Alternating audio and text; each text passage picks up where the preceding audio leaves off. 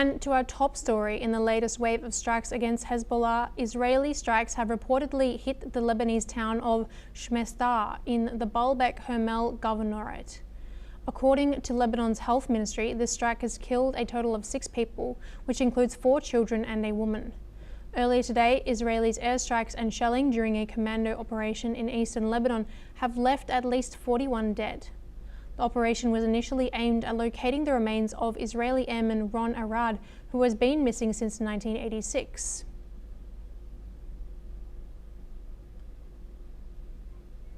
Now joining us, we have 2 guests. We have Professor Georgi Toloraya, who is a professor at the Russian Academy of Science, and Surinder Lali, who is an international affairs expert in New Delhi. First question to you, Surinder.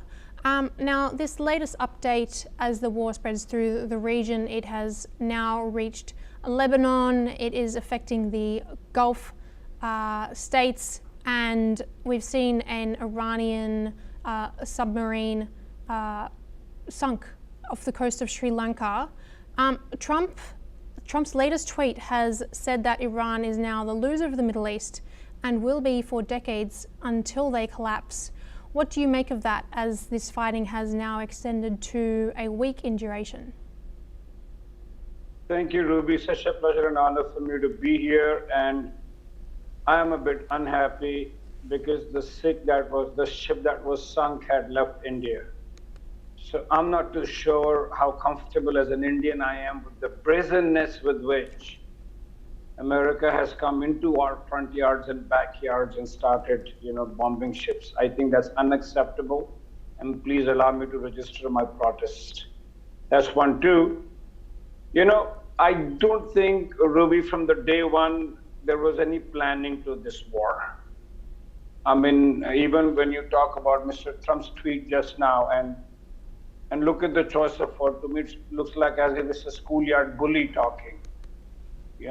And I quote, which has beat the hell, has apologized, surrendered to us in the Middle East. I'm not too sure if Iran has surrendered to them.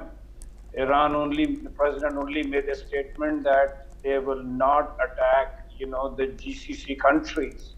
And not to mention, while we're talking, there was a scare at the Dubai airport. I don't know if this was a projectile or it was with the debris that fell. And then somewhere Mr. Trump makes a Freudian slip which can be held against him. He says that it is and I quote, it is for the first time that Iran has ever lost in thousands of years. So that's one thing that Donald Trump admits, that Iran hasn't lost. And the jury's out on this war, which is not even finished yet. So even this war, which I think is the war of attrition, if America has to withdraw, then would Trump accept and accede that he lost to Iran, which has never lost a war in the few thousands of years? So now this is the mess is even spreading, much wider, because they're also talking, America's also talking about sending their naval ships in the Strait of Hormuz. And they're unable to deal with the cheap rockets and the drones that Iran is shooting at them, and by the tons. I mean, this morning there was a report which is a bit embarrassing from the United States that Russia has been passing on intelligence, to Iran. So how do you deal with that? Or Americans have asked, Ukraine how to deal with these projectiles that are coming from Iran.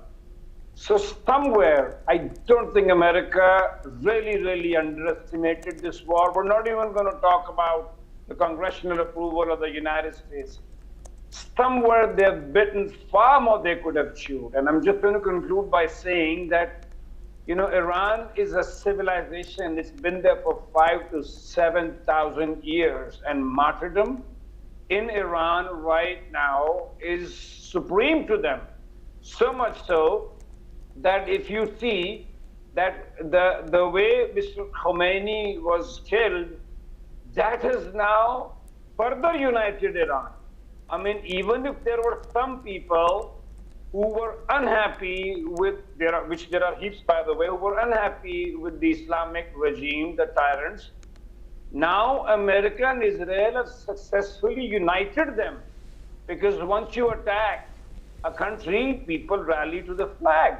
So this is far more complicated. And Afghanistan, which is not even a patch on Iran, America lost there. America spent $2.3 trillion, of which Pakistan fleeced them of $32 billion, which is a big mess for us in our region. And America went to fight Taliban. They lost to Taliban and left all those, artillery in that region for us to clean the mess. So now you're dealing with Iran. So I think this is far more complicated, and Iran is playing a strategy of hitting the GCC countries so that there is inflation, by stating the Strait of Hormuz, supply chains are disturbed. And as they say, to make the mess a lot bigger, as they say, to stir the hornet's nest, so that the whole region becomes impacted, and that puts more pressure on Donald J. Trump and the state of Israel, which are out to do something for which they didn't have much of planning. It's only, I think, Bibi Netanyahu's agenda for greater Israel that he's been using the United States and the Epstein files to use the American Pentagon to unfinish his big desire, which 7 presidents didn't oblige with him, but now Donald Trump has, which is attacking Iran. Thank you, Ruby. Thank you. Please stay with us for our next story. Now, to you, Professor Toloraya, civilians in this area of northern Israel and southern Lebanon are caught between 3 different armed forces, often fighting each other, often threatening civilians. What type of long-term effects does conflict and fighting like this have on civilians? Lebanon is a very unfortunate and unlucky country. It has brilliant geographical location, climate, resources, history, everything, but it's been so unlucky for many decades and even centuries, and now it's one of the worst moments in its history, because it's torn by war, and it's the area of war which the Lebanese population itself is not part of. This is unfortunately the reality, and we can only pray for these people. And this is, of course, the direct result of Israel and the U.S. policies, and I fully agree with Professor Singh's Lali assessment, how the current situation proves the futility of such aggression and behavior of the United States. Actually, I think that the current situation is a sort of bifurcation point in history, and it will be remembered maybe centuries and even 1,000 years from now, because the situation, the war against Iran, is something that we read in old books, like, sacred books of Bibles or Talmud or whatever, something like a parable, something like a sacred story of how the initial push by the force which is not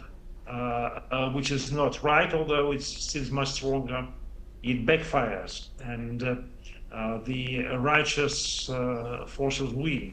I don't say that the Iranian regime is a righteous one, but I would say that the Iranian people are now really united, and they now can paradoxically see that the Islamic propaganda for many decades, calling the US a Satan, was actually right. And so it unites the people, and I don't think that US will get any benefits from that war, because we don't know much. We don't have the information about what's going on actually. We don't know how much damage have the US bases in the region suffered and other operational or not. We don't know will US use its ground forces. It would be crazy, because you cannot win over an occupied country of 90 million people with even 100,000 soldiers. And given the terrain there, it's simply impossible. I think that we'll see a very interesting story. We'll see a very interesting parable. We'll see a very good history lesson in the weeks and maybe months to come. And Lebanon is just a part of the story, unfortunately, but it's only a small part of the story. And I'm very much concerned why Iran has at first promised not to attack the Arab countries, neighboring Arab countries, unless the attack against him is carried from their territory. But now we hear some information about new missile strikes, so we have to figure out what's going on. Professor Toloraya, just on that note, please keep that thought as we move to our next update. Sources say that a Hezbollah drone has crashed